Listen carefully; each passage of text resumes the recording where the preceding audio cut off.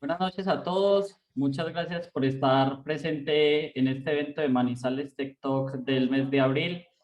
Muchas gracias a Santiago por compartirnos su experiencia y todo su conocimiento. Damos inicio a este Meetup, no sin antes seguir una agenda del día. Vamos a dar algunos datos de la comunidad, patrocinadores, algunas recomendaciones y pasamos a la charla. La comunidad actualmente llega a 2.367 miembros. Estamos muy emocionados también por el levantamiento de algunas restricciones que vivimos en la ciudad. Entonces, próximamente se les comunicará que estamos pensando de volver a hacer eventos presenciales o eventos mixtos.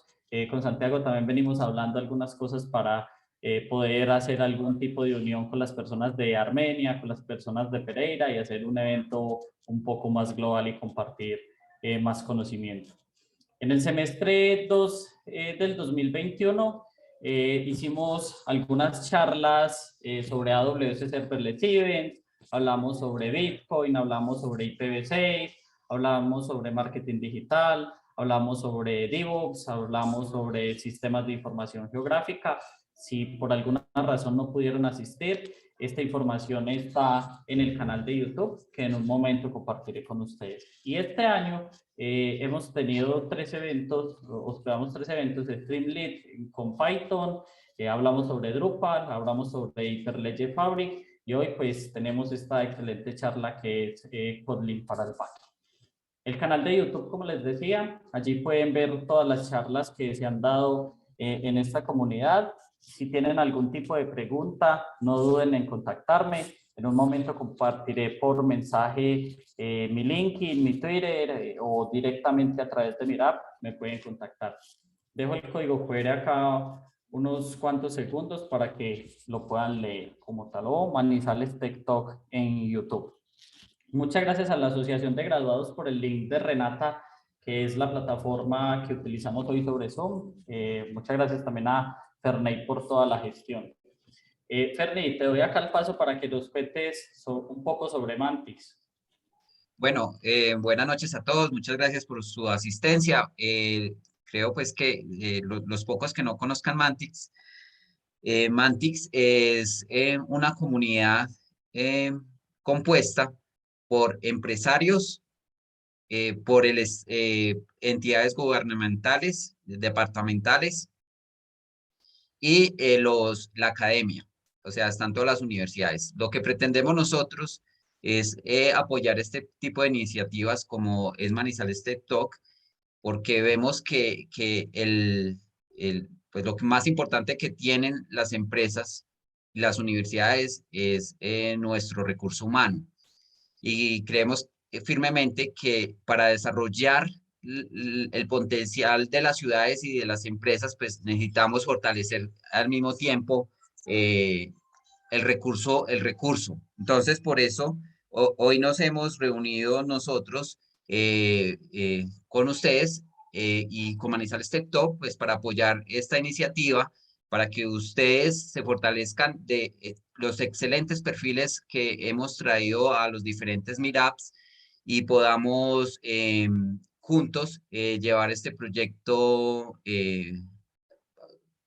con mucha fuerza a nivel departamental y luego a nivel nacional.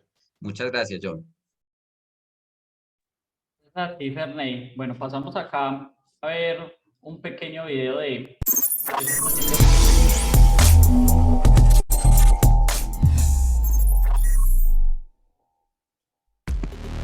Tú y yo hacemos parte del sector TIC de la ciudad. Somos Mantix. Manizales es un centro de desarrollo tecnológico con una gran protección nacional e internacional que marca la diferencia. Además de ser una ciudad universitaria, somos una tierra de oportunidades. Mantix es una comunidad conformada por la red empresarial de la industria TIC, la academia, gobierno y diferentes entidades de apoyo. Buscamos diversos talentos para cooperar de manera extraordinaria y así lograr aumentar la tasa de empleo de la ciudad y con ello fortalecer, crecer y consolidar la industria TIC. Tenemos los mejores atardeceres, universidades de alta calidad, espectaculares sitios turísticos y ahora, juntos, las mejores oportunidades laborales para crecer y hacer de Manizales la ciudad de las puertas abiertas al futuro. Un futuro TIC de Manizales para el mundo. Bueno, como recomendación general, los micrófonos y las cámaras estarán desactivados para facilitar la exposición del tema y la grabación estará disponible en nuestro canal de YouTube. Si tienen algún tipo de pregunta, lo pueden hacer a través de Slido. No necesitan poner nombre, lo pueden hacer de manera anónima. Este link lo estaré compartiendo vía chat. Entonces, en un momento estará allí para que den clic y vayan tomando todas sus preguntas para que Santiago las responda al final de la charla. Por favor, les pedimos que nos den retroalimentación, que califiquen el evento en Meetup y que nos den toda la retroalimentación necesaria para seguir mejorando. Sin más preámbulos, darle el agradecimiento especial a Santiago por estar acá. Muchas personas seguro ya conocen a Santiago. Santiago es ampliamente conocido en el desarrollo de software del país. El agradecimiento especial por venir a esta comunidad a compartir sobre un tema que desde mi perspectiva no se habla tanto. Santiago, un gusto tenerte por acá. Muchísimas gracias por compartir con las personas y esperemos que la próxima vez que nos veamos sea de forma presencial. No, gracias a ti, John, y a todas y todos por el espacio. Un gusto estar aquí con ustedes compartiendo el conocimiento y conociendo otras comunidades, porque creo que hay que seguir haciendo esas iniciativas y también pues a Ferney de Quantix que ayuden a descentralizar y que podamos tener más hubs de tecnología y personas que puedan trabajar remotos y que podamos generar valor entre todos como comunidad. Pues Santiago, dame un momento acá, ya te ponemos como host para que puedas compartir y iniciamos entonces. Perfecto.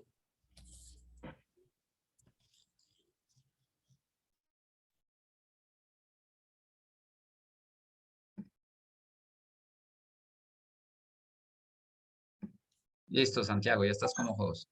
Listo. ¿Me confirman si se ve la presentación, por favor? Perfecto. Listo, entonces gracias, buenas noches o tardes para todas y todos. Hoy pues vamos a hablar de microservicios con Kotlin y Spring Boot. Esta va a ser una charla, de hecho va a ser práctica, vamos a construir esto en tiempo real. Y pues de hecho les he preparado antes de la charla un repositorio. Todo lo que vamos a hacer queda libre, open source para que lo usen después. Tengo pues un repositorio que ahorita al final les comparto el link. Y en ese repositorio pues van a encontrar los commits paso a paso con lo que vamos a hacer hoy. ¿Listo? Yo soy Santiago Carrillo, soy CEO de AdaSchool. Les cuento rápidamente, AdaSchool pues es un emprendimiento social, ayudamos a las personas a ingresar al mercado laboral y a conectarlas con empleadores. De hecho, también pues vamos a compartir con la comunidad una formación completamente gratis para que conozcan también un poco de nuestra metodología, nuestra plataforma y sobre todo podamos generar valor. Es un curso que hacemos introductorio en fundamentos de desarrollo web y de ahí pueden acceder a becas para participar ya del programa completo para que se vuelvan desarrolladoras o desarrolladores front-end con React y puedan pues ingresar al mercado laboral o mejorar condiciones laborales. Entonces miremos un poco la agenda. Vamos a hacer una parte teórica muy rápida como para repasar conceptos. Creo que entender los conceptos es algo súper importante porque a la final pues muchos de estos conceptos no han cambiado y no van a cambiar. Lo que hay es diferentes implementaciones, unas más sencillas que otras. Pero si ustedes entienden los conceptos y las buenas prácticas, pues van a poder crecer su nivel de seniority y poder acceder a muchas mejores oportunidades. Vamos a ver algo que es súper importante, que son los niveles de madurez, un modelo de Richardson que de pronto conocen, de pronto no, pero digamos que esto ayuda a estandarizar un poco cómo yo puedo crear una API REST. Vamos a seguir esos principios hasta el nivel 2 en el ejercicio que vamos a hacer práctico. Vamos a ver súper rápido la arquitectura de microservicios y al final pues vamos a hacer una cosa práctica y aplicada que vamos a construir esta API REST con Kotlin, con Spring Boot.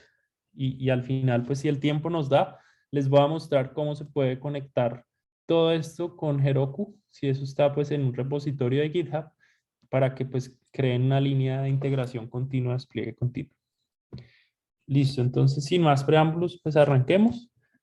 lo primero pues es el tema de la arquitectura REST.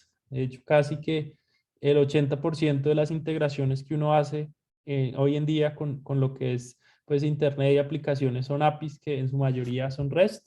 REST pues son las siglas de lo que es Representational State Transfer o estado representacional de transferencia. Básicamente lo que se hace es asociar recursos a través de la URL y estos recursos pues lo que tienen es simplemente utilizando el protocolo HTTP que tiene ciertos métodos, pues se hacen diferentes operaciones que vamos a hoy pues realizar prácticamente todas ellas. Aquí algo importante es que dentro de la estructura pues uno debería incluir una versión, porque obviamente el software evoluciona constantemente y asimismo pues uno debe tener la infraestructura para poder cambiar versiones, para dar soporte a versiones anteriores. Entonces por eso se recomienda dentro del path base pues agregar una versión que en este caso sería V2. Una vez uno define, pues digamos que los diferentes métodos, entonces está el método get o obtener. Aquí yo tengo primero el path del recurso, después los items, y aquí puedo pasar por parámetro, por ejemplo, el límite para una paginación. Esto pues me va a obtener del API de estudiantes, la lista de estudiantes con límite 5, es decir, solo 5 o menos objetos. Yo también podría utilizar la bendición get, esto ya es para obtener un recurso exacto, entonces sería / el estudiante o el recurso y / el ID del estudiante. Esto lo vamos a hacer justamente en el caso práctico. Y en el caso del método post, pues se utiliza justamente para enviar estudiantes. Entonces yo podría acá asumir que cuando hago una petición de tipo post al path estudiante, voy a crear un nuevo estudiante. Y aquí pues podemos ver otro ejemplo. En este caso sería cliente.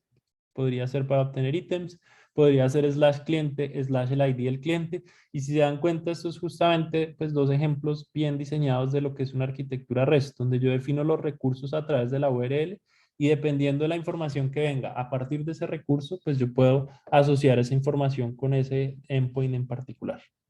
Lo mismo aquí el post, pues permitiría crear un cliente. Miremos entonces lo que son los niveles de madurez. De esto si buscan incluso en Google niveles de madurez, esto pues es creado es el modelo de Richardson, pero hay un artículo súper interesante donde explica en detalle que de hecho esta imagen es de ahí, que es escrita por Martin Fowler. Martin Fowler pues es uno de los gurús de este campo, de hecho es uno de los que escribió el manifiesto ágil que habla primero de patrones de diseño. Entonces creo que es alguien que obviamente es un referente y que hay que tener en cuenta lo que él recomienda. Entonces acá, ¿cuáles son los diferentes niveles de madurez? Digamos que a la final lo que pretende esto es estandarizar un poco cómo yo uso el protocolo HTTP y digamos que lo que vamos a hacer hoy es llegar al nivel 2. En el nivel 0 pues uno lo que hace es usar cualquier cosa. Digamos que conceptualmente yo puedo utilizar un post para obtener recursos, el protocolo lo permite, pero aquí lo que quiere es estandarizar. Entonces en el nivel 0 pues se hace prácticamente cualquier cosa. En el nivel 1 ya se asignan recursos, así como veíamos en el ejemplo anterior, utilizando las URLs, yo separo estudiantes de clientes. Y en el nivel 2, que es a lo que vamos a llegar hoy, pues ya se utilizan los verbos HTTP. Aquí, ¿qué es lo que dice el estándar? Pues utilice el método get para leer, utilice el método post para enviar datos, utilice el método put para actualizar y el delete, pues obviamente para borrar. Y digamos que con eso uno puede construir una API REST teniendo un estándar y teniendo un orden definido. Entonces aquí ya entramos al siguiente tema. Aquí esta arquitectura que vemos, pues, ¿qué desventajas creen que presenta? De pronto, si alguien quiere, se anima a abrir el micrófono. Y esto es lo que se conoce como una arquitectura monolítica. Pero si alguien de pronto quiere participar, ¿qué desventajas ven en este tipo de arquitectura?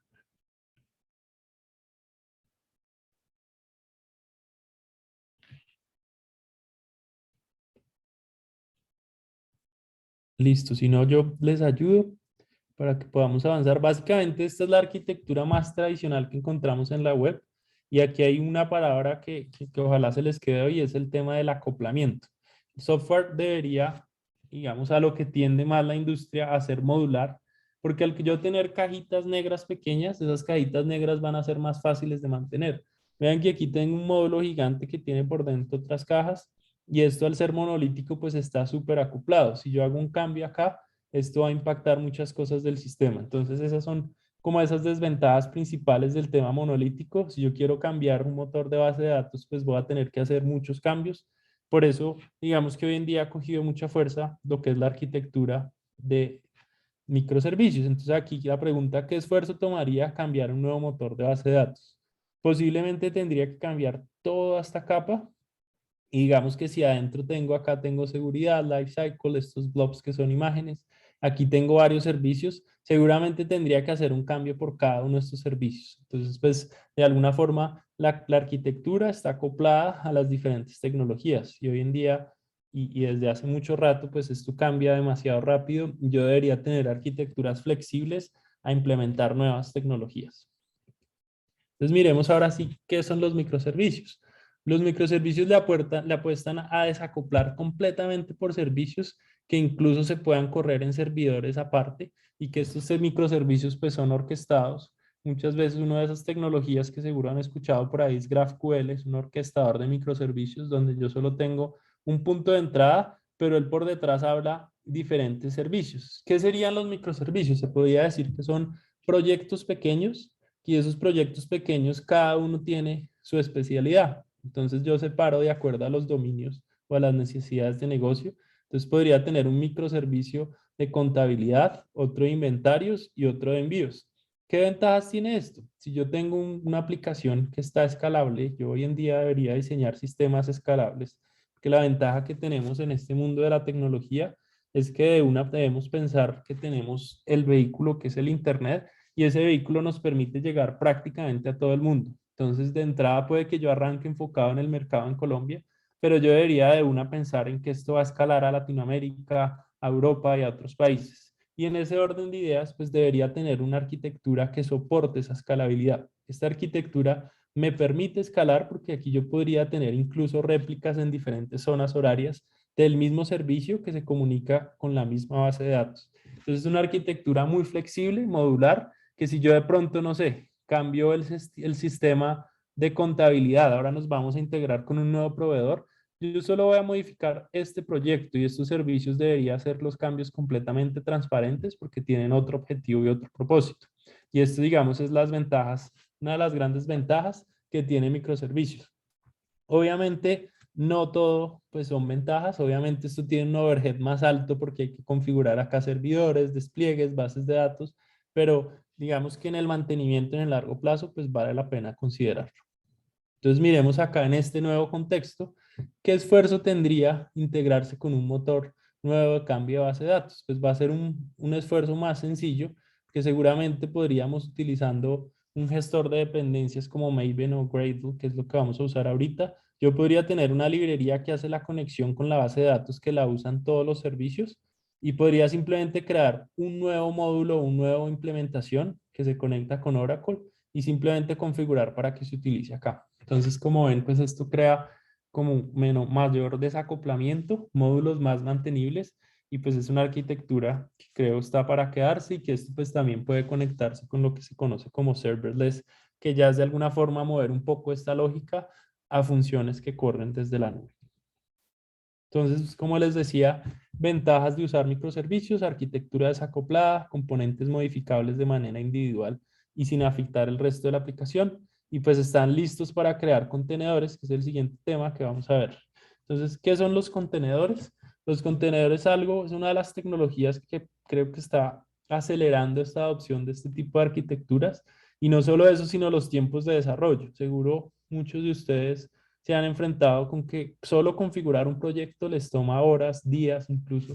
Con los contenedores lo que se quiere es justamente poder portar esas configuraciones de un sistema con ciertas características de manera fácil. Con esto yo puedo separar las capas de desarrollo y puedo empaquetar la parte lógica de las aplicaciones para abstraer pues ese entorno y que esto pueda ser fácil de ejecutar. De hecho, cuando utilicemos Heroku al final de la charla, si logramos con el tiempo, lo que va a hacer Heroku es que él coge y lee el empaquetador y el gestor de dependencias, que en el caso de hoy es Maven, pero podría ser Gradle, y al coger este sistema de dependencias, pues él lo que va a hacer es justamente entender qué tipo de proyecto es, porque eso utiliza una serie de plugins y él va a saber cómo compilarlo y cómo generar el WAR, que es, digamos que el compilado, el empaquetado final, que se puede desplegar a un contenedor y que puede ser como una instancia de esa aplicación. Entonces vamos a ver ahora sí qué vamos a usar. Vamos a crear el primer microservicio. Vamos a usar estas dos tecnologías principales. Kotlin pues es un lenguaje súper versátil personalmente, y seguro esto lo han escuchado muchas veces, pero creo que Kotlin va a ser el primer lenguaje por varias razones que va a empezar a reemplazar a Java. Y digamos que la primera razón que yo considero es que el hecho de que Google lo haya adoptado como el lenguaje de programación oficial para desarrollar aplicaciones de Android. Entonces esto ha hecho que pues este lenguaje tenga mayor adopción. Segundo, pues creo que Java igual sigue y seguirá siendo uno de los lenguajes más poderosos, pero Kotlin lo que hicieron fue usarlo para que corra sobre la misma máquina virtual. Entonces todo el conocimiento que tenemos heredado del mundo de Java está presente en Kotlin y es 100% compatible. De hecho, yo puedo tener una aplicación con el 50% de las clases escritas en Java, la otra 50 en Kotlin, y van a ser compatibles y se van a poder comunicar. A la final, todo se compila a un bytecode que es ejecutable por esa máquina. Entonces, independientemente del lenguaje que use, pues al final se traduce a lo mismo y es compatible. Y Spring Boot, pues es un framework súper poderoso. De hecho, pues estas aplicaciones quedan prácticamente listas para producción. Obviamente lo que hagamos hoy, pues le falta algo súper importante, que es una capa de seguridad. Pero si ustedes buscan con un esfuerzo relativamente mínimo, pues pueden agregarle una capa de seguridad y crear una API si quieren para salir con una idea o prototipar. Heroku, pues es, digamos que una aplicación que permite desplegar todo este código de forma muy sencilla. Yo puedo simplemente conectar el repositorio y él ya hace toda la magia y sabe compilar el proyecto y nos asigna una URL pública.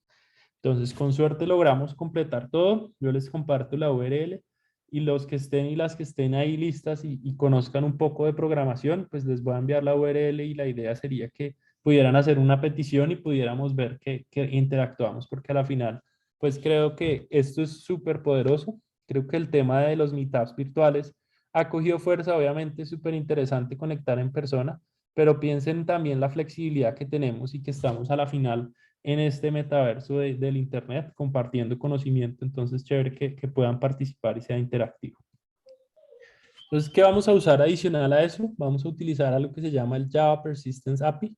Aquí no vamos a usar MongoDB, pero lo que quiero que vean es que después con un esfuerzo mínimo podrían aquí cambiar a Mongo, a Postgres, a cualquier otro tipo de base de datos. Obviamente hay una diferencia grande si es relacional o no relacional, pero básicamente aquí lo importante es que vamos a usar este JPA o Java Persistence API, que es básicamente una abstracción que nos permite mapear bases de datos desde objetos con muy pocas anotaciones. Y esta es la arquitectura de las capas que vamos a construir. ¿Listo? Entonces, en lo más bajo vamos a usar H2. H2 es como una base de datos en memoria. Esto es súper importante.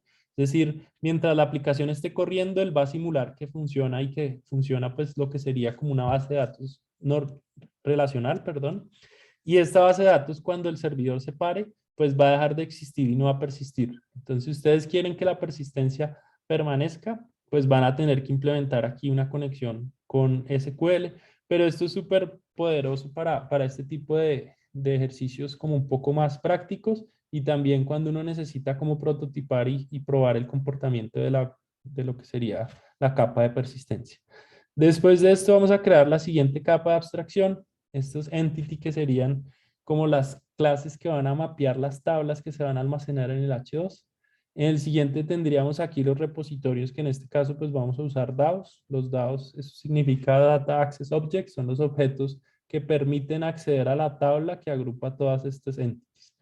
Y en la siguiente capa más arriba vamos a tener un servicio que va a inyectar la dependencia del DAO y vamos a ver cómo funciona ese tema de inyección de dependencias, que esto es un patrón de diseño que creó básicamente el Spring. Spring es como la empresa y el framework súper poderoso que viene del mundo de Java. Ellos son los primeros que hablan de este tipo de paradigma y es un paradigma súper chévere porque yo puedo cambiar comportamiento con prácticamente una línea de código y ahorita pues les muestro en el ejemplo. Y finalmente en la última capa vamos a tener el controlador. El controlador ya es la clase donde se definen los endpoints y que maneja la relación con la parte de afuera o con el protocolo HTTP. Entonces, estas son las capas que vamos a construir y miremos entonces ahora sí cómo sería el proceso. Entonces vamos a arrancar acá con esta herramienta. Esta herramienta es súper chévere y les voy a ir compartiendo aquí por el chat para que vayan siguiendo los que puedan y las que puedan. Spring Initializer básicamente es un generador de un proyecto base. Entonces aquí algo importante es que uno puede usar dos gestores de dependencias, Maven y Gradle.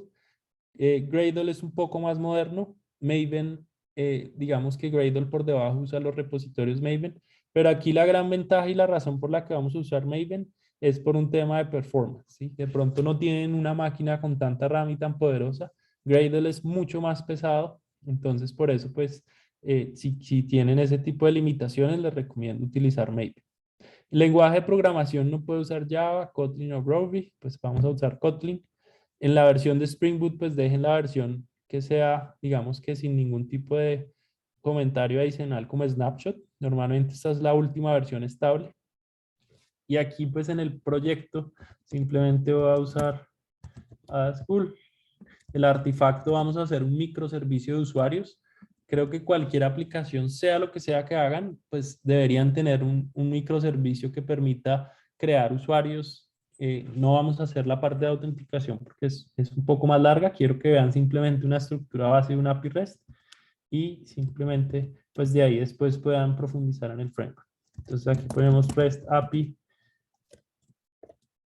users, REST API, Kotlin, cualquier cosa, dejamos esto por defecto. Y otra cosa acá importante, les recomiendo siempre trabajar con la versión de Java 8 porque todavía hay un montón de librerías que les van a generar problemas. Entonces la versión 8 pues todavía tiene total compatibilidad. Lo siguiente que hacemos es agregar aquí las dependencias. Entonces vamos a usar 3 dependencias. La primera es Spring Web. Esto simplemente incluye para utilizar los servicios RESTful y crear con una arquitectura modelo vista controlador. En este caso pues no vamos a tener vistas, pero si quisieran pueden usar TeamLeaf, que es para crear como plantillas y desde HTML inyectar lógica. Eso pues es otro tema que, como les digo, no vamos a cubrir, pero pueden investigar. Vamos a utilizar la base de datos H2. Esto, como ven, es una base de datos muy rápida en memoria. Importante este tema en memoria, entonces no se confíen. Cuando le den detener al proyecto, todo lo que hayan hecho se va a perder. Simplemente para hacer como una primera prueba y que vean cómo se configura.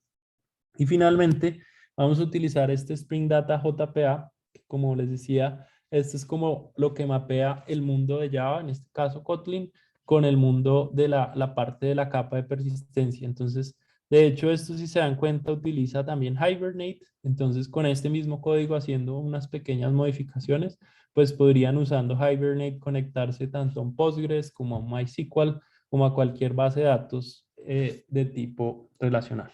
¿Listo? Entonces agregamos esas 3 dependencias. Le doy aquí generar. Y listo. Aquí queda entonces mi proyecto. Voy a abrir mi IDE. Ya tengo el proyecto completo. Entonces simplemente vamos a abrir uno nuevo que fue el que acabamos de descargar, que fue user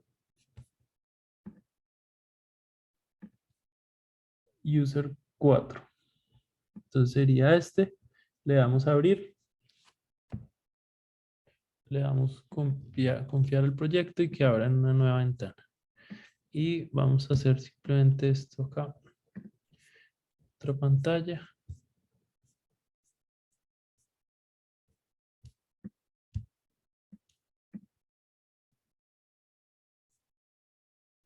Listo.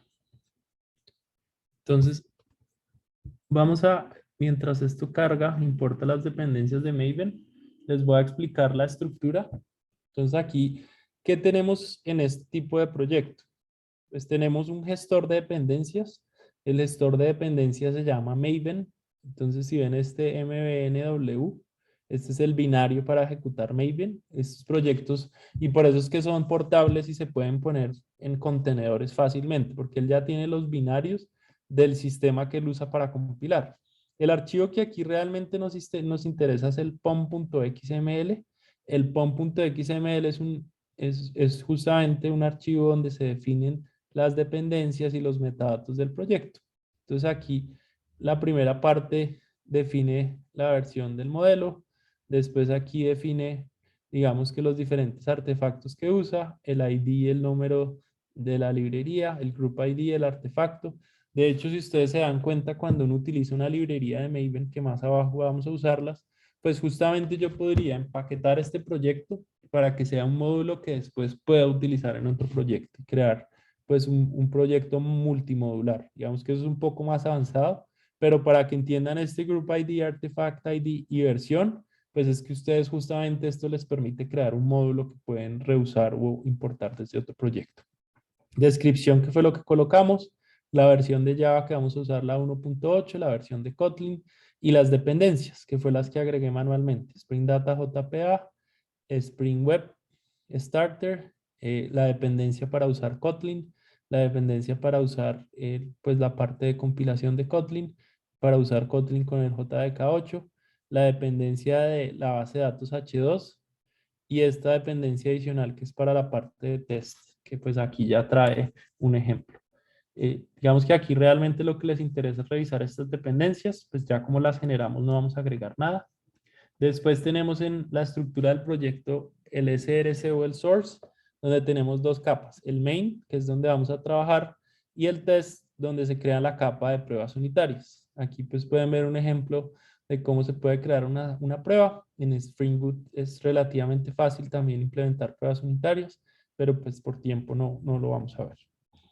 Y en la segunda capa tenemos la carpeta Kotlin, donde están los archivos de Kotlin, y la carpeta Resources, donde podría yo poner las plantillas para lo que les decía usando TimeLeaf. Podría agregar HTML y empezar a meter lógica. Podría agregar también otro tipo de recursos, páginas, y aquí en el application.properties podría definir también lo que son variables de entorno, que en este caso pues no lo vamos a usar. Y listo, ya tendremos entonces la primera clase. Prácticamente con estas cuatro líneas de código, ya ustedes tienen completamente pues una aplicación lista para correr. Digamos que, ¿qué ventajas tiene Spring Boot? Spring Boot es un framework y ya van a ver súper mágico, que prácticamente usando anotaciones, pues uno hereda un montón de comportamientos. Esto es bueno y malo, hay que tener cuidado y no usar todo sin saber qué está pasando. Pero aquí si yo le doy play en este botón y lo corro, vamos a ver que ya efectivamente lo que hace es arrancar un proyecto web. Digamos que esta aplicación tiene embebida un servidor Tomcat. Entonces aquí cuando él termine de compilar, van a ver que él arranca un servidor Tomcat y aquí ya empieza a correr. Vean que aquí dice Tomcat inicializado en el puerto 8080. Entonces vean que sin hacer prácticamente nada, él ya creó un montón de cosas y ya tenemos ahí un servidor corriendo. Obviamente pues esto no tiene nada interesante, entonces vamos a empezar a agregarle un poquito de cosas. Entonces lo primero que vamos a hacer pues aquí, al igual que en el mundo de Java, la idea, y en Kotlin se utilizan los paquetes para separar como las diferentes, puede decir, preocupaciones o capas lógicas del proyecto. Entonces la primera capa que vamos a tener es la capa de datos. Y en esa capa de datos, lo primero que vamos a tener es la clase que va a representar la base de datos o la tabla de usuarios que vamos a almacenar. Entonces creamos acá una nueva clase de Kotlin. Aquí hay lo que se llaman los data class, que son clases que representan datos, digamos que es como una cosa puntual de Kotlin. Le vamos a poner user y ya tendríamos nuestro data class. Entonces, en Kotlin yo puedo, digamos que Kotlin es un lenguaje que no es fuertemente tipado en comparación a Java, pero sí se pueden usar los tipos. Entonces, aquí se pueden definir dos tipos de variables. Yo podría tener val, que simplemente son constantes, pero en este caso, como es una clase que va a mapear, pues vamos a usar var, que las var pues son mutables y se pueden modificar.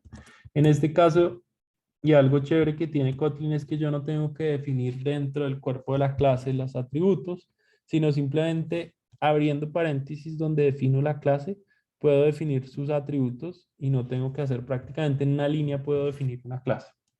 Entonces, ¿cómo funciona Kotlin? Primero la palabra reservada, que puede ser o var o val. Después el nombre que tiene esa variable o ese atributo, dos puntos, y aquí podría definir el tipo de dato. En este caso va a ser un string, coma, este usuario también, pues obviamente va a necesitar un ID, que en este caso va a ser de tipo long. Vamos a agregarle también un campo email para almacenar el correo del usuario y vamos a crear un campo que va a ser create, que va a ser pues la fecha cuando este usuario fue creado. ¿Listo? Entonces, ¿qué tenemos que hacer para que esto se vuelva una clase que mapea una tabla de la base de datos? Pues aquí usamos anotaciones. Entonces hay una anotación que es del Javax Persistence, que es @entity, y aquí yo ya digo que va a ser una tabla. Entonces aquí podría agregarle un atributo que es name. Vamos a mirar aquí rápidamente. Sí, sería aquí adicional a este entity. Aquí podría agregar otra anotación que es table. Y aquí en este table pues sí podría definir el nombre, que en este caso lo vamos a llamar usuarios. ¿Listo? Entonces ya tendríamos aquí nuestra palabra. Bueno, aquí me falta definir el nombre. Entonces en este caso va a ser name igual, que es el nombre del atributo que le estoy enviando. Y ya tendríamos la clase usuario. ¿Qué más necesitamos? Pues toda entidad, sí o sí, por definición del esquema relacional, tiene que tener un ID. Entonces tenemos que anotar uno de los campos con arriba @ID. Y adicional a eso, pues vamos a utilizar una estrategia de autogeneración para que yo no tenga que preocuparme por generar los IDs de forma manual. Y esto sí lo voy a copiar acá, que es simplemente esta anotación que es generated value, y la estrategia de generación es identity, simplemente pues genera una identidad. Entonces ya tenemos nuestro objeto y aquí pues necesitaríamos algo adicional que es un constructor vacío. Digamos que esto es súper importante aquí. Todo lo que son estos ORMs utilizan una propiedad que es reflection o reflexión, y lo que le hace es mapear los campos del esquema, y él pues obviamente necesita un constructor vacío. Entonces siempre que creen este tipo de entidades pues es importante crear un constructor. ¿Cómo se hace en Kotlin? Yo simplemente digo constructor y aquí le digo this, y en este caso pues vamos a simplemente pasarle valores vacíos. Como estos son vars, pues yo puedo modificar cualquiera de esos campos. Entonces simplemente lo dejamos así. Y el ID aquí, al ser nulo, entonces algo importante es que Kotlin, digamos que evita el tema de la nulidad, pero uno puede igual manejar y jugar con eso. Entonces, ¿cómo yo le digo que un campo puede ser nulo? Simplemente aquí le agrego una interrogación al final. Esto quiere decir que puede ser nulo cuando vean una interrogación. Y a veces uno le toca poner doble admiración para obligar a que force ese valor. ¿Listo? Entonces aquí ya tendríamos, bueno, aquí este date no puede ser nulo, entonces simplemente vamos a crear un date vacío para no ponerlo nulo. Y listo. Ya tendríamos entonces el primer, digamos, nivel de la capa. Tendríamos ya la clase que mapea la tabla. ¿Qué es lo siguiente que necesitamos? Pues necesitamos un DAO. Y el DAO va a ser, como su nombre lo dice, un Data Access Object. Le vamos a llamar User DAO. Y esto va a ser una interfaz. Y esta interfaz, ¿qué hace? Esta interfaz extiende. Entonces aquí lo tenemos. Extiende lo que sería el CRUD repository. Entonces, en Kotlin no existe la palabra extend, la palabra reservada, sino que todo se maneja con 2 puntos. Y aquí pues sí se puede tener, digamos, evidencia múltiple tanto de interfaces como de objetos. Entonces aquí yo le digo que esto hereda del CRUD repository, y este CRUD repository, si miramos la definición, recibe 2 cosas. Entonces por dentro tiene, estos son lo que se llaman genéricos de Java, que sería T, que T viene siendo el tipo de objeto que vamos a almacenar, que en este caso sería el user, y el segundo campo sería el tipo de dato del ID, que en nuestro caso sería long. Y listo, ya tendríamos definida la interfaz. Aquí en Kotlin no es necesario abrir y cerrar llaves, simplemente con la definición. Y aquí algo súper importante es que él ya puede instanciar este objeto y ya estaría listo para inyección. Entonces, sigamos subiendo en la capa lógica. Este DAO, pues la idea es utilizarlo a través de un servicio. ¿Para qué? Para justamente poder desacoplar y que si el día de mañana, si ustedes quieren coger este proyecto y cambiarle la persistencia, y ponerle una persistencia real en MongoDB, que es súper fácil, pues lo puedan hacer sin tener que cambiar todo el código. ¿Cómo se logra eso? Pues simplemente desacoplando, utilizando las interfaces. Entonces vamos a crear aquí un nuevo servicio. El servicio lo vamos a llamar simplemente User Service. Y este User Service vendría siendo una interfaz, que las interfaces por definición son un contrato. Un contrato donde yo defino el comportamiento. No me importa cómo lo voy a hacer, pero sí quiero saber qué es lo que va a hacer para yo definir justamente comportamiento y que después pueda usarlo en cualquier lugar sin importar el cómo. ¿Listo? Entonces, en este caso vamos a implementar las siguientes funciones. Entonces, algo importante, en Kotlin, las funciones, aquí no hay, digamos, esa separación de métodos, funciones, todos son funciones. Simplemente la palabra reservada fun, espacio, nombre de la función. Entonces, aquí vamos a crear una función que se llama findById. Y este findById, pues obviamente va a recibir un ID de tipo long. ¿Y qué me va a retornar esto? Pues aquí podemos usar una clase de Java que es bastante potente, que es un opcional, que el opcional es una envoltura que por dentro va a traer un usuario. Entonces, ¿qué es un opcional? Pues que puede o no puede existir. Yo al objeto opcional le puedo preguntar si existe o no, y ahorita vamos a ver cómo manejamos eso. Listo, tenemos el primer comportamiento definido. El segundo, pues obviamente necesitamos crear usuarios. Entonces vamos a llamarlo create. ¿Y esto qué recibe? Pues recibe un usuario y nos va a retornar un usuario también. ¿Por qué? Porque si se dan cuenta en la definición, este ID va a ser nulo cuando lo cree. Y cuando lo cree en la base de datos, él debería asignar un ID. Entonces, de esa forma yo puedo ver que creó o no bien creado. Listo, tenemos la segunda funcionalidad de nuestro contrato. La tercera, pues vamos a crear un tercero que simplemente me permita obtener todos los usuarios que existen. Y esto pues simplemente va a retornar un iterable de usuarios. Y listo, vamos a implementar estos tres para no extendernos. Ya ustedes podrían agregar para que quede el CRUD completo el actualizar y el otro pues sería el borrar. ¿Listo? Entonces ya tenemos nuestro servicio. Ahora, ¿qué vamos a hacer? Pues vamos a crear una implementación de ese servicio para que sea inyectable y lo podamos usar desde el controlador. Entonces, creamos una clase nueva que se va a llamar User Service H2. Esto es una implementación ya del servicio de usuarios.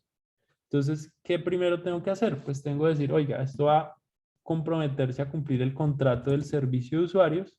Entonces, nuevamente, 2 puntos es equivalente a implements en Kotlin. Y aquí ya le puedo dar Alt Enter.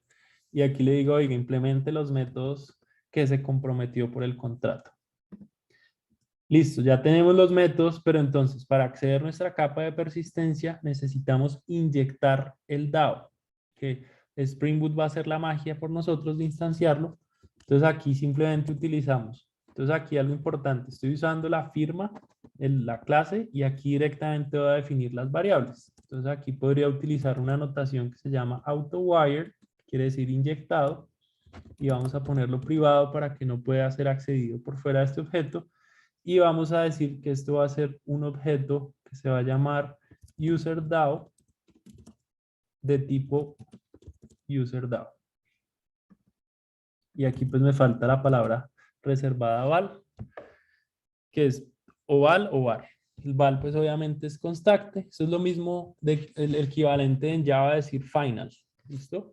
Puede ser, digamos que ahí nuevamente a lo que decía al comienzo de la charla, ahí ustedes lo que tienen que entender, y los que no conozcan Kotlin o no vengan de pronto de Java, es el concepto de mutabilidad e inmutabilidad. Si ustedes entienden esos dos conceptos, van a poder hacer pues código mucho más robusto, porque justamente los problemas que se dan en la programación es que uno envía una variable y de pronto, y a la final todo programa es básicamente unas transformaciones, son funciones que se llaman entre sí, que van pasando datos y que van haciendo transformaciones.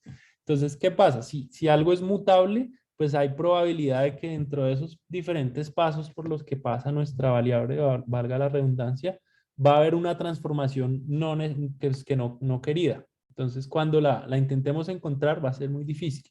Cuando uno envía estos inmutables, pues tiene la certeza de que nadie más lo va a poder modificar.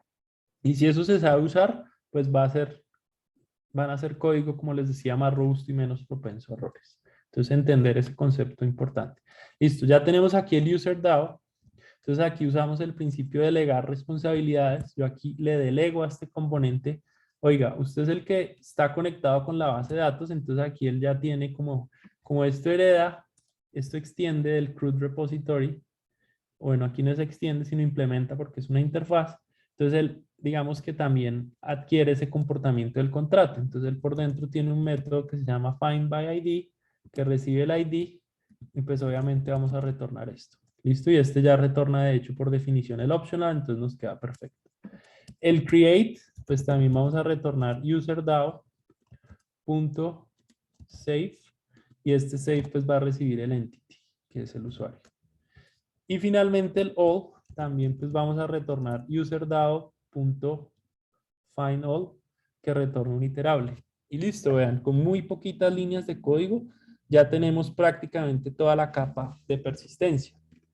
Lo único que nos falta acá es agregar una anotación, y algo súper importante, las que utilizan este IDE de IntelliJ IDEA, este es un IDE muy visual. Entonces, si se dan cuenta, yo aquí ya de una mi cerebro me dice, oiga, aquí hay algo raro porque esto está en gris. ¿Qué quiere decir eso? Que no lo estoy usando. Entonces, ¿cómo puedo hacer yo para usarlo? Pues puedo aquí agregar una anotación. Quiere decir service, vean que ya cambió el color. Quiere decir que este servicio está disponible para inyectar en cualquier parte del código. Entonces ya tengo mi código listo para inyectar. Entonces vamos a crear la última capa de nuestro microservicio. ¿Cuál es esa capa? Pues el controlador. Entonces creamos otro paquete que se llama controller. Y en este paquete controller vamos a crear la clase que se va a llamar user controller. Y esto es lo que va a manejar la conexión con el protocolo HTTP y lo que va a recibir las peticiones. Va a ser, se puede decir, el punto de entrada de nuestra aplicación o de nuestro API REST. ¿Listo? Entonces, ¿qué hay que hacer para que una clase pueda hacer ese punto de entrada? Pues nuevamente usar una notación que se llama REST controller. Listo, ya se volvió un controlador REST. Y ahora necesito decirle cuál es digamos, la URL de entrada de ese endpoint. Que esto va a ser obviamente relativo. En nuestro caso, si lo corremos local, va a ser localhost / 2.8080 / y aquí ya va a entrar a este punto relativo. Entonces, ¿cómo hago para definir eso? Utilizo otra notación que se llama request mapping, y aquí, siguiendo lo que veíamos, el nivel de madurez número 2 y la recomendación, pues primero vamos a decir que esto va a tener B1 para saber la versión del API, y segundo, el recurso en el que estamos, que es el de usuarios. Y aquí ya empezamos a definir. Entonces, si yo hago una operación de tipo POST sobre este endpoint, debería ser una operación para crear un objeto del tipo REST usando el nivel de madurez 2. Entonces, ¿cómo hago para definir una función que reciba una petición de tipo POST? Pues usando una anotación. Entonces, aquí hay anotación POST mapping, put mapping para los 4 métodos principales. Hay otra delete mapping y el get mapping. En este caso, pues vamos a usar solo 2, pero simplemente quiero que vean que es súper fácil manejar los diferentes tipos de verbos o métodos HTTP. En este caso va a ser post mapping, abro y cierro paréntesis, no le voy a agregar nada porque simplemente, de hecho creo que sí, no es necesario agregar los paréntesis, solo si le van a agregar como otra dirección adicional que ahorita más adelante lo hacemos. Y aquí simplemente vamos a decir que es una función, se llama createUser, y esto recibe, que aquí esto nos maneja la serialización. Entonces, bueno, vamos a dejarlo así vacío. Y aquí vamos a implementar otro patrón de diseño que se llaman el DTO. DTO, que significa Data Transfer Object. Estos simplemente van a ser clases que van a mapear la estructura JSON, y ahorita lo van a entender en el ejemplo, y van a convertir de ese string o ese objeto JSON, lo van a convertir a un objeto en este caso de Kotlin. Entonces vamos a crear acá otra clase data class que se va a llamar userDTO, y este userDTO sí va a ser una sola línea. Por dentro va a tener, por ahora solo vamos a enviar el nombre y el correo del usuario. ¿Listo? Obviamente después pueden agregar cuantos campos quieran. Por practicidad vamos a dejarlo así sencillo. Entonces tenemos un inmutable de tipo nombre y un inmutable de tipo, o una constante que es el correo, de tipo string. De tipo string el nombre también, perdón. Listo, ya teniendo ese DTO, yo puedo decirle aquí al create user que serialice lo que recibe. Entonces aquí le digo otra anotación que se llama request body. En el cuerpo de la petición va a venir un objeto que se va a llamar user DTO, que es donde va a traer la información del usuario que va a crear. Entonces él me va a hacer la serialización y de JSON me va a convertir a este objeto. Y aquí ya por dentro, y pues vamos a decir que esto va a retornar. Aquí usamos un wrapper o una envoltura que se llama el response entity.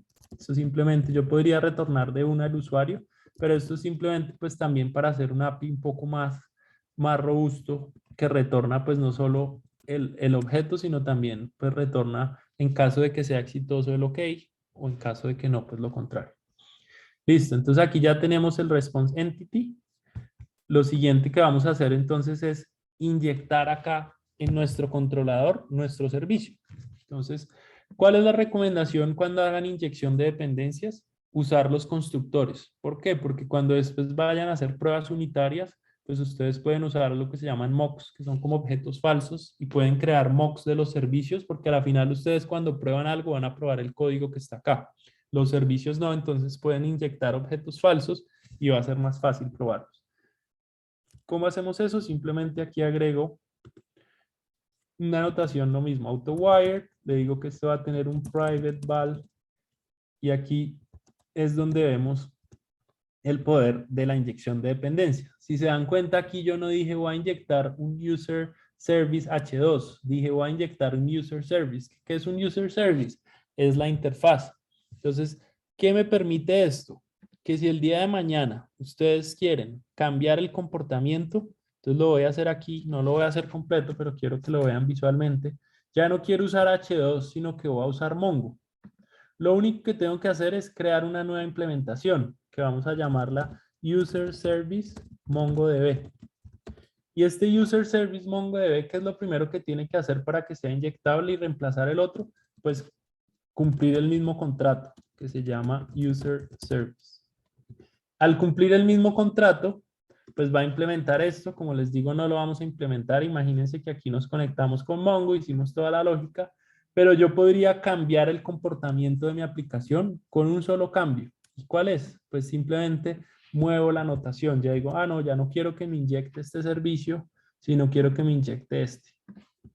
Y esto es el poder de inyección de dependencias. Vean, yo estoy cambiando comportamiento de una forma muy fácil. ¿Por qué? Porque esto no está acoplado, porque aquí en el controlador yo estoy inyectando es la interfaz. Y esto permite que pueda inyectar cualquier componente. Lo único, digamos, obligatorio es que ese componente debe implementar este contrato que definimos. ¿Listo? Entonces, eso es como el poder de inyección de dependencias. Vamos a borrar simplemente era como para que vieran el ejemplo, pero quiero que vean que esto es súper poderoso porque pues pueden crear aplicaciones completamente desacopladas y creo que eso es lo que uno debería apostarle para crear una arquitectura más escalable. Entonces aquí ya, listo, aquí va a inyectar este user service, pues va a llegar ahí del user controller y aquí nuevamente usando el principio de responsabilidad única, yo en vez de poner aquí un montón de código en mi función create user, pues hago una delegación, le digo, oiga, usted servicio de usuarios que sabe hacer todo, pues simplemente créeme un usuario. Pero aquí que tenemos un user DTO, si le doy comando P, esto recibe un usuario. Entonces en el caso de Kotlin, aquí no se utilizan los constructores la palabra new, sino simplemente yo al poner la mayúscula de la clase, esto es equivalente al constructor. Entonces le digo, oiga, cree un usuario a partir de user DTO. Y aquí él me va a decir, oiga, ese constructor no existe. Entonces le digo, bueno, ayúdeme y créeme un constructor secundario. Entonces aquí estamos haciendo una transformación del DTO, que es el objeto que me llega de la capa de red, al user, que es la clase que representa la tabla. Y aquí en este dis, pues simplemente reemplazamos los campos. Entonces el ID lo dejamos nulo porque él lo va a generar. El nombre le decimos userdto.nombre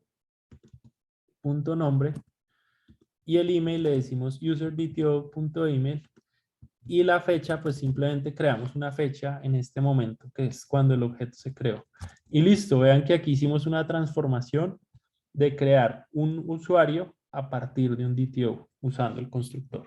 Y obviamente pues necesitaríamos retornar esto y necesitaríamos una envoltura que es el response entity. Entonces la clase response entity tiene este método .ok, que dentro de paréntesis le digo lo que quiero que me envuelva. Eso es como un objeto más grande que me da un poco más de orden. Y listo, tenemos nuestro primer endpoint para crear usuarios. Hagamos el segundo. Entonces vamos a hacer el get, el find by ID. Entonces aquí le digo @getMapping. Aquí sí le vamos a agregar para que sea dinámico el ID al path. Entonces para que sea dinámico se utiliza esta nomenclatura, que es simplemente abro llaves y pongo el nombre de la variable. Y aquí le vamos a decir find by ID.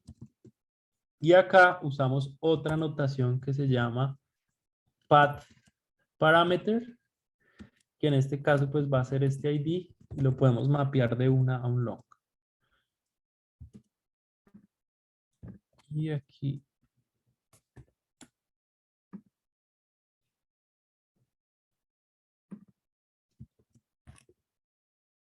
path variable.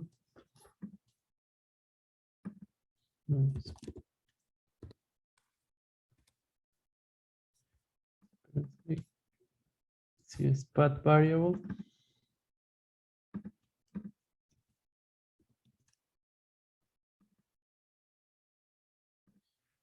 Listo. Y esto pues va a retornar también un response entity que puede ser pues un usuario por dentro.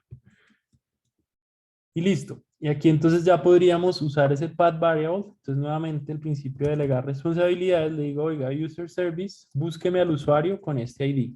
Yo puedo acá seleccionar todo, presiono comando alt B pequeña de variable y él me va a crear una variable para almacenar eso que estoy seleccionando.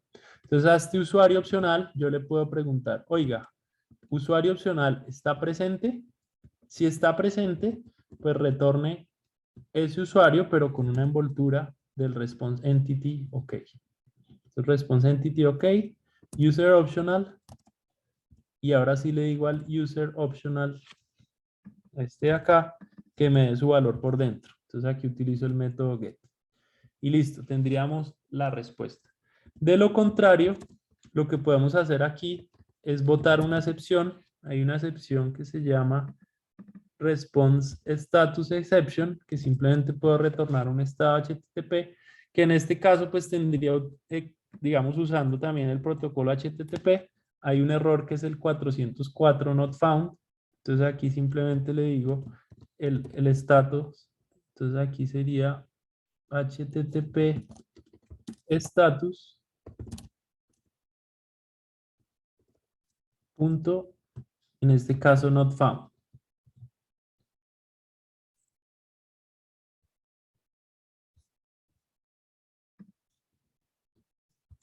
Status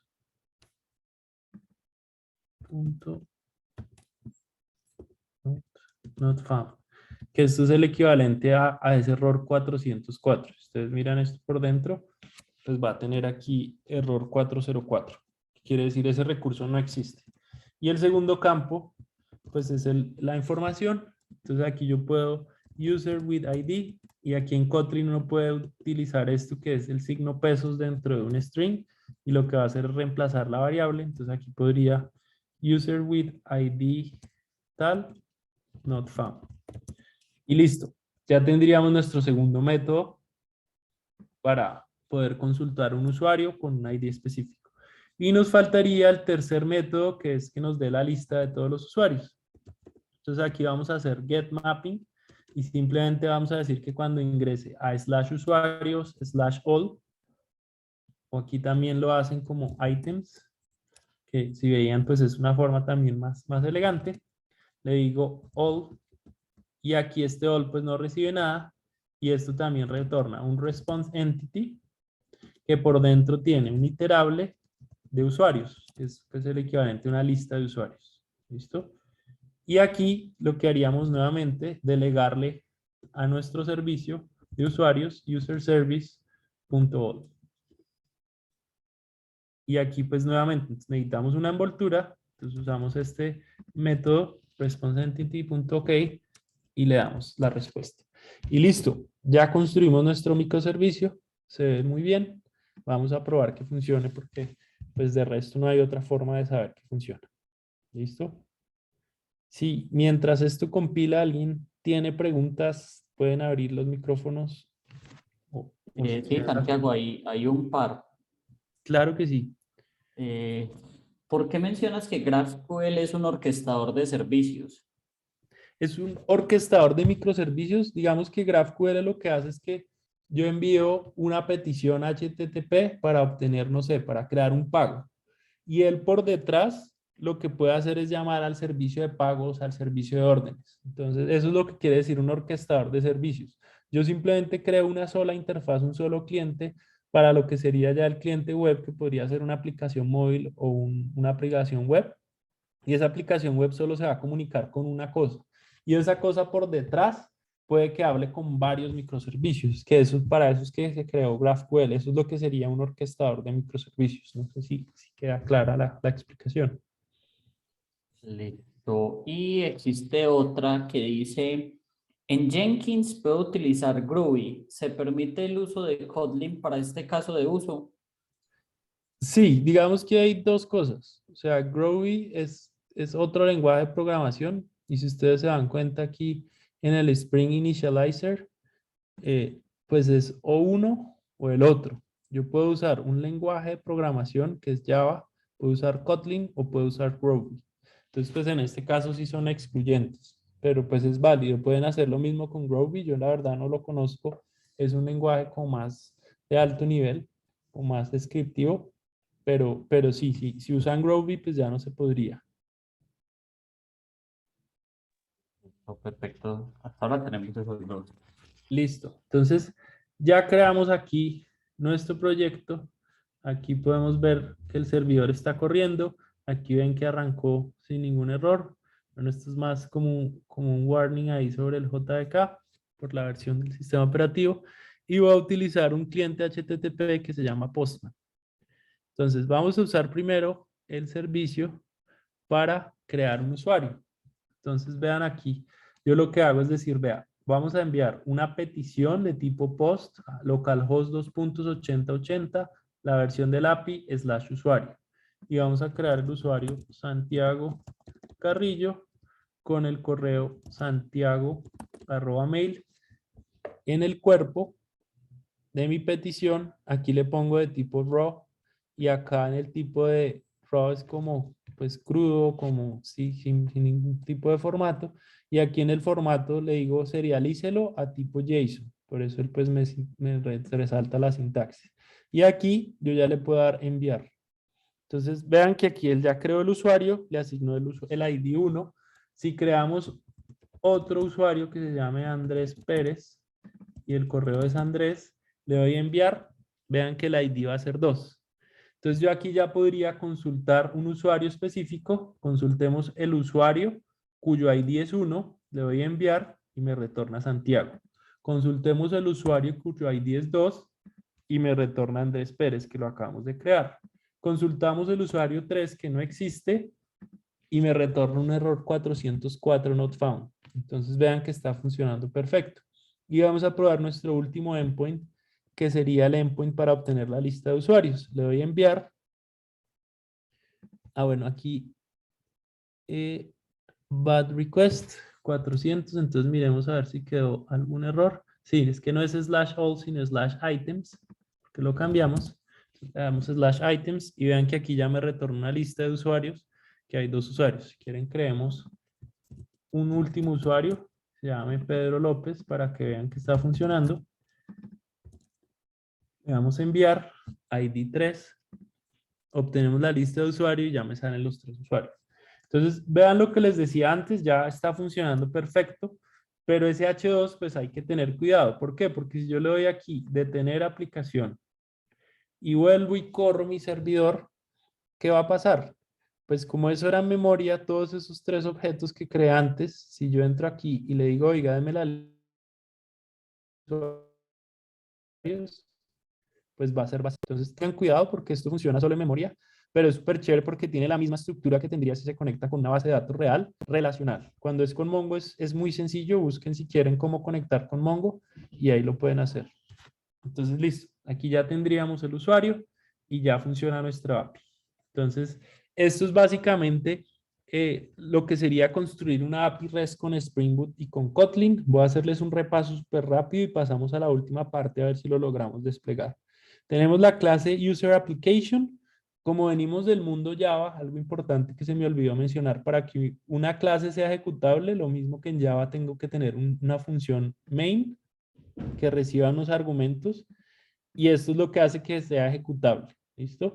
Y por dentro simplemente le doy Run Application, le paso esta clase que está anotada y él ya por dentro lo que hace es mapear todo lo que esté aquí por dentro. Entonces empieza paquete por paquete. Entonces ve que esto está anotado como un controlador REST. Entonces aquí dice, bueno, esto va a mapear la URL /b1/user y esto está inyectando un servicio acá de usuarios. Entonces tenemos un primer endpoint que cuando hago post a esta URL, pues va a enviar un DTO que es User Data Transfer Object, que va a ser la información del usuario que se va a crear. En este caso solo enviamos nombre y correo. Y él por dentro lo que va a hacer es llamar al servicio para crear ese usuario. Tenemos un segundo endpoint que yo puedo enviar / el ID del usuario como una variable dentro del path. Y él lo que va a hacer es convertir esto a un long y va a retornar un usuario. Entonces aquí busca en el servicio de usuarios por el ID dado, pregunta si está presente, es decir, si existe o no. Si sí existe, retorna el usuario. Dentro del opcional le dicen get para que le dé.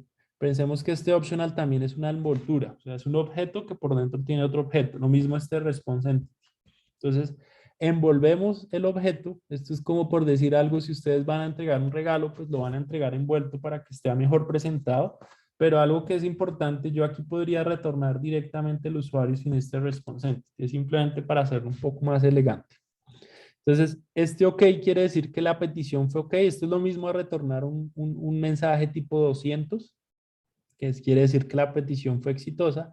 Pero si el usuario no está presente, que sería el otro camino, pues usamos una excepción de respuesta que simplemente botamos el error not found.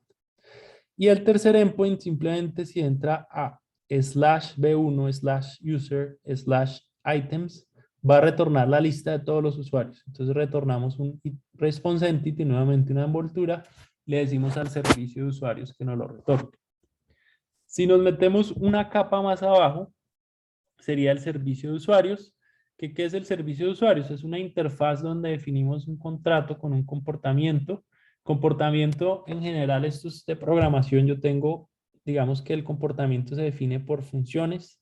Las funciones pueden o no recibir parámetros y retornan o no un valor. En este caso tenemos 3 funciones: buscar por ID, que recibe el ID y retorna opcionalmente un usuario. La función create, que recibe el usuario y retorna al usuario para que ya tenga el ID asignado.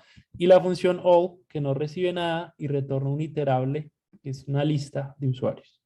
Y acá, dentro de IntelliJ IDEA, hay una forma chévere de navegar, que es darle clic hasta ahí. Yo puedo de una vez navegar a la implementación. Entonces tenemos una implementación de esta interfaz, es decir, esto ya tiene comportamiento, que le inyectamos el DAO, que es la clase que me permite comunicarme con esa capa de persistencia. Y aquí simplemente lo que hacemos es delegar. Entonces el find by ID le digo al DAO, oiga, busque por ID. Guardar, le digo, guarde al DAO. Y buscar todos, le digo al DAO, búsquelos todos. Entonces, bajando una capa más, tenemos el user DAO, que simplemente extiende o implementa la interfaz repositorio CRUD repository, que CRUD es create, read, update, delete, las operaciones que debería tener cualquier modelo.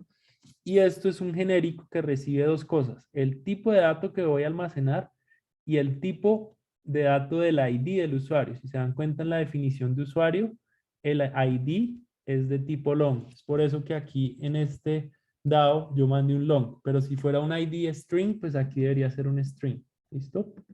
Y ya al último nivel tenemos este entity, que es, esto sería lo que haría el ORM, que es lo que es mapea de la base de datos a objetos. Entonces lo anoto con @entity, con @table para darle un nombre a mi tabla. Anoto un campo que es obligatorio con la anotación ID, que va a ser la llave primaria. Y usamos una anotación que se llama que el valor es generado con estrategia identity, que lo que hace es simplemente autogenerar ese ID de forma secuencial para ahorrarnos trabajo. Le definimos los campos que vamos a almacenar, el nombre, el correo, la fecha que fue creado el usuario y definimos dos constructores para crear este objeto. Un constructor vacío que lo necesita este ORM y un constructor que recibe el DTO, que es el objeto que recibe la capa de red. Y prácticamente es esto. Entonces aquí les doy nuevamente espacio si tienen preguntas. Y mientras hacen las preguntas, pues voy a intentar conectar esto a Heroku. Y les voy compartiendo aquí el repositorio donde van a encontrar todo este código. Esto es open source para que lo usen y puedan pues validar un poco lo que vimos hoy. Y de pronto pues entenderlo porque sé que de pronto voy rápido, pero pues por tiempo, digamos que traté de hacerlo como un poco más sencillo.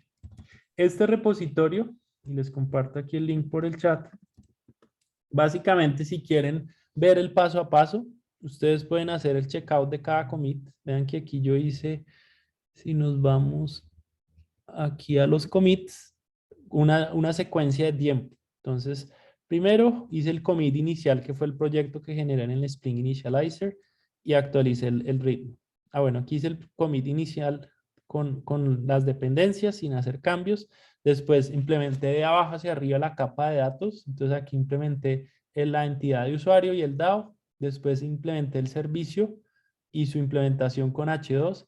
Y finalmente el controlador. Y aquí pues si quieren verlo desde acá visualmente pueden ir viendo cada clase y cada paso para que pues lo puedan entender.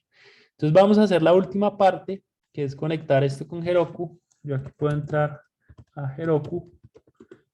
En Heroku pues simplemente tienen que crear una cuenta. Cuando la creen pues se autentican.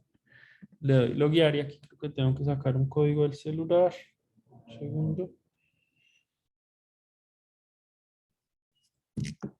Y acá colocan el código pues si tienen autenticación de 2 factores. Verifico, ingreso a Heroku. Entonces, ¿qué hago aquí en Heroku? Yo puedo aquí crear líneas de despliegue continuo y, digamos, para automatizar la línea de producción, puedo crear diferentes instancias. En este caso, simplemente vamos a crear una nueva aplicación que se va a llamar User Microservice Kotlin. Bueno, aquí creo que tiene que ser.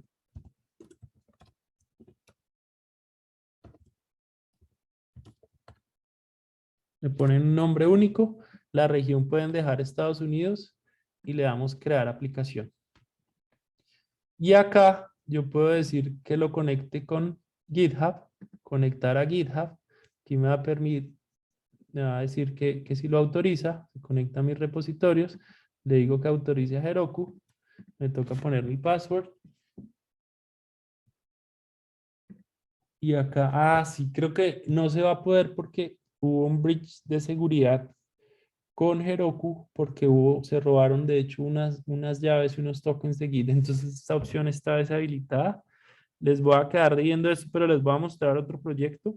Es súper fácil. Ustedes una vez lo conectan, el de una se conecta a una rama y el de una reconoce el proyecto y ahí él ya lo empieza a compilar. Entonces les voy a mostrar otro que había desplegado antes, que es este API. Este API una vez lo conectan, aquí cuando le doy play, vean que está conectado. Cuando lo conecten simplemente les sale como un diálogo para buscan el nombre del depositorio, que en este caso era este, que es un API que tenemos para otro curso. Y ahí una vez se conectan, él dice que rama se conecta y ustedes pueden aquí de una vez desplegar la rama. Y una vez la desplegan, él les va a dar así una URL pública a la cual pues pueden acceder desde cualquier parte. En este caso se está demorando bastante porque esto es completamente gratuito. Entonces esos servidores duermen, se quedan ahí apagados mientras uno no los use. Entonces aquí la primera vez se demora, pero vean que quedaría una URL como así. Y ya con eso pueden desplegar su API y pues hacerlo disponible e integrarse con más aplicaciones. Entonces, básicamente eso era lo que tenía preparado para hoy. Ahora sí, hagamos pues, un espacio más para preguntas y si quieren que revisemos algo aquí del código, pues dejo la pantalla compartida, si no, pues dejo de compartir. Santiago, muchas gracias. Hay un par también. Hay una pregunta que dice, ¿en dónde puedo agregar validaciones de entrada? Listo, validaciones de entrada, si te refieres a lo que llega de la web, pues se podría hacer acá. Digamos que aquí de hecho esto ya hace una validación y es que si este user DTO, que es lo que recibe, no está con la estructura que yo definí acá, pues el de entrada de una no lo va a serializar y ahí hay un error. Y aquí yo podría hacer validaciones, pero digamos que depende de qué tipo de validaciones. Por ejemplo, ¿qué podría hacer? Si es un usuario o una contraseña, digamos que yo lo que haría es bajarlo a otra capa. Por ejemplo, acá yo le diría al usuario crear, por ejemplo, si la validación, una validación que en este caso tendría sentido, pues que no cree un usuario con un correo que ya existe, ¿cierto? Entonces, ¿dónde debería hacerse esta validación? Pues aquí que es en la última capa que sabe si ya existe un usuario. Entonces aquí yo podría, por ejemplo, decirle user. Y aquí yo puedo usar también algo chévere que tiene esto, es que yo puedo agregarle a esto comportamiento sin implementarlo. Entonces aquí yo le puedo decir find by email. Find by email. Y él automáticamente va a hacer pattern matching con los campos del usuario y esto va a retornar un usuario opcional. Porque obviamente find by email es algo específico porque pues nosotros lo creamos al modelo. Entonces aquí yo puedo decir esto, decir que esto retorna el optional, lo que sea. Aquí importamos este optional. Y ahora sí aquí podría hacer esa validación en la última capa. Entonces en este user service H2, yo podría decirle antes de crear el usuario, pues verificar que no exista alguien con ese correo. Entonces user DAO.find by email. Ah, bueno, me faltó agregarle. Aquí sería que reciba el email. Y si este opcional está presente, ¿cómo se podría manejar de una forma elegante? Pues yo aquí podría botar una excepción también y de una vez interrumpir y retornarle al usuario o atraparla arriba y retornarle. Digamos que se pueden hacer en diferentes capas. Si es algo que tiene que ver con la capa de persistencia, hacerlo acá. Si es algo que tiene que ver pues con la información que se envía, yo dejaría que lo haga el mismo serializador. Entonces, pues también depende. No sé si con eso queda un poco más clara la pregunta o si quieres que, o si tienes algo más adicional. Listo, Santiago. Acá hay otro que dice, ¿qué bibliografía recomiendas para seguir aprendiendo Kotlin? Yo creo que lo mejor para aprender Kotlin, pues hay dos cosas. Les voy a pasar ahí un par de cosas. Está esta página oficial del Kotlin Lang. Aquí en Kotlin Lang hay un montón de cosas. Está también JetBrains Academy. JetBrains es la empresa que crea todos los IDEs. Y en JetBrains Academy hay un cursito gratis para introducción a Kotlin. Entonces aquí, busquen aquí en este JetBrains Academy, pues él dice que comprarlo, pero hay un curso gratuito de Kotlin. Y la última, pues digamos que Kotlin es súper chévere para Android, está diseñado para Android, ya para las nuevas librerías uno puede hacer aplicaciones con muy poquitas líneas de código. Entonces ahí les recomiendo este cursito de Android, de fundamentos de Android en Kotlin, no necesariamente tienen que saber mucho de Android. Voy a copiar aquí la URL porque está como lento y se las comparto por acá. Pero ese es otro cursito chévere para empezar ahí a... No sé si les abra. Bueno, aquí sí ya abrió. Este de Kotlin Basics in Android, vean que tiene como un curso bien hecho con Codelabs, súper interactivo. De hecho, creo que también está ya traducido a español. Y aquí pues pueden construir una aplicación. Entonces, con que se hagan la unidad 1 si quieren arrancando, les envío el enlace que es ese que está largo, omítanlo y utilicen este. Entonces, les recomiendo esos 3 recursos por ahora. Yo creo que ahí pueden arrancar, digamos, con buenas bases. Y otra cosa chévere también que les puedo mostrar que fue una de las cosas que yo hice. Si ustedes vienen del mundo Java, este video tiene algo chévere, es que yo puedo aquí crear una clase, cualquier cosa. Y aquí yo puedo decirle que esto tiene En caso de Java sería private string name. Y yo puedo copiar código de Java y lo puedo pegar en una clase Kotlin y él aquí me va a transformar de uno a otro. Es algo que no funciona al 100%, pero vean acá, sí me funciona. Pero los que vienen, vean que le dicen convertir código de Java y él ahí transforma todo.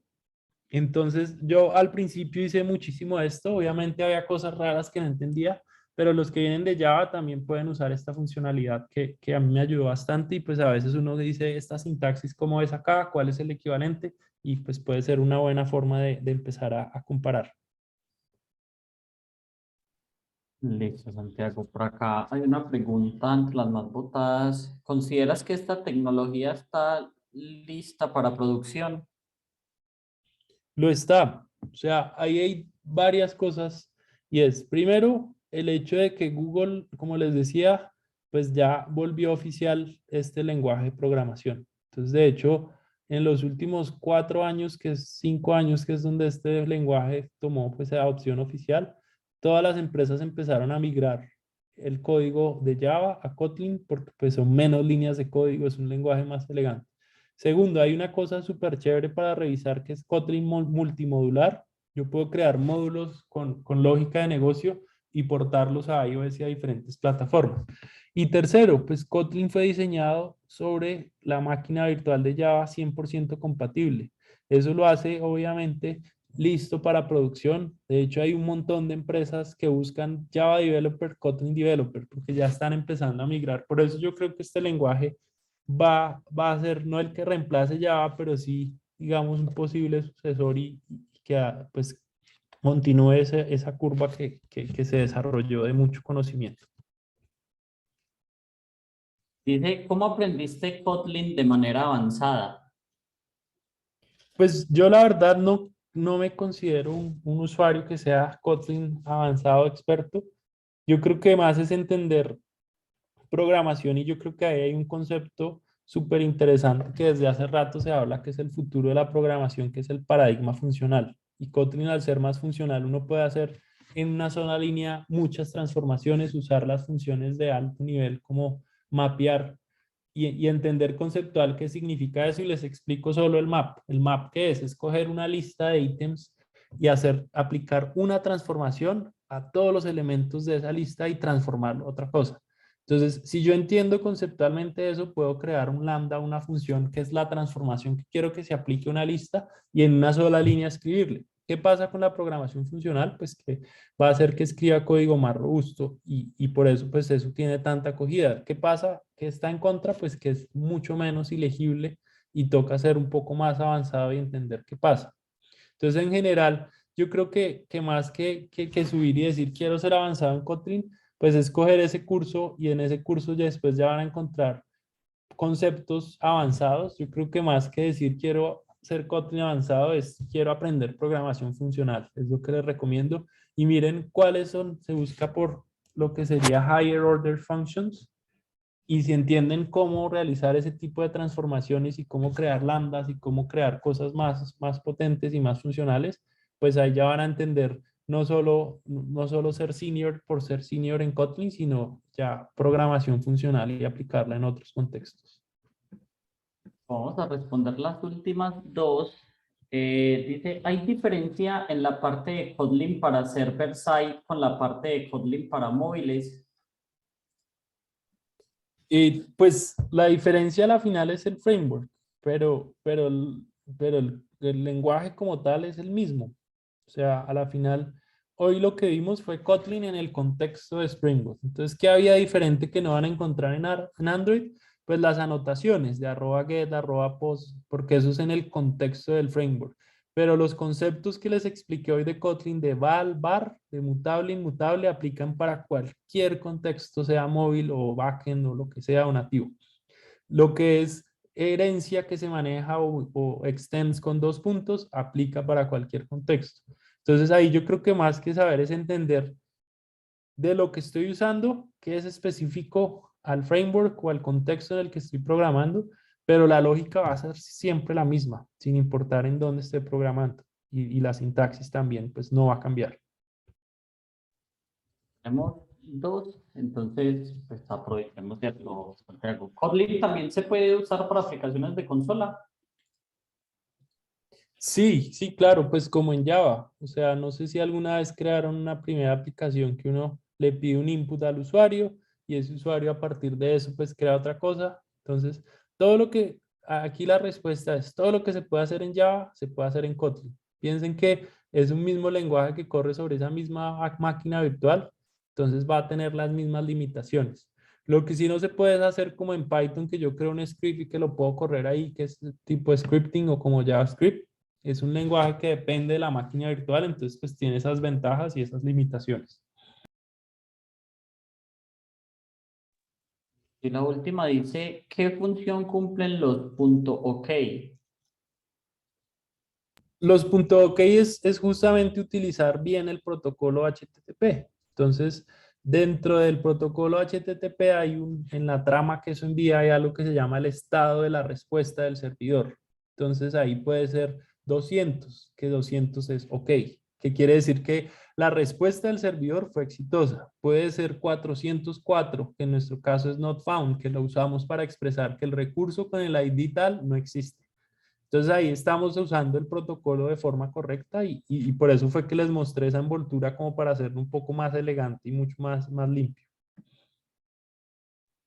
Santiago, creo que se ha dado respuesta a todas las preguntas. Muchísimas gracias por estar acá, por compartir todo tu saber con nosotros y te esperamos en Manizales para la charla presencial.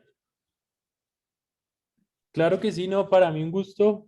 Ahí pues queda pendiente que les compartas el enlace a la comunidad para que se inscriban en el curso y pues súper abierto a seguir compartiendo y a seguir conociéndolos, conociéndolas y seguir creando comunidad entre todas y todos. Muchísimas gracias a todos por asistir. Ahí ya mira puse el enlace, entonces seguro las personas que se inscribieron ya tienen acceso a él. Y cuando esté la grabación también lo pondré allí para que las personas lo puedan ver y puedan acceder también a School. Muchas gracias a todos y todas por asistir. Gracias.